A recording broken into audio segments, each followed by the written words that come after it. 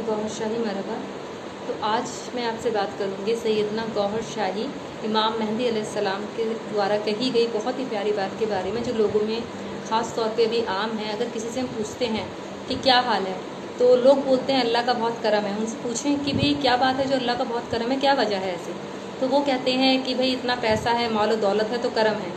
फिर किसी और से पूछते हैं क्या हाल है, वो कहता है मेरे इतने लड़के हैं, इतने औलाद हैं, तो इसीलिए उसका बहुत करम है।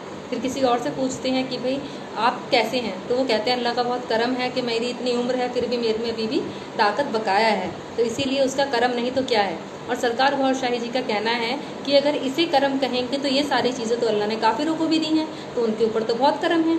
तो ये करम की असली वजाहत नहीं है, असली पहचान नहीं है कि आपके ऊपर अल्लाह का करम है।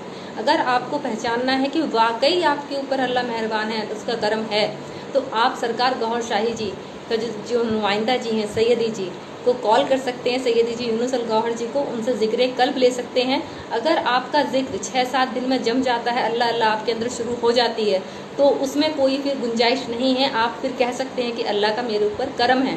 और अगर 6-7 दिन बाद भी अल्लाह अल्लाह अंदर आपको नहीं जमता है, तो उसका कोई करम नहीं है।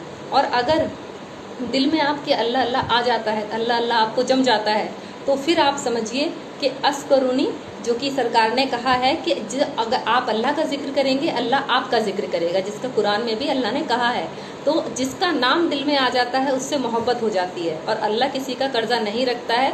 आप उसके लिए 1 रुपया देते हैं, वो आपको 10 लौटाता है।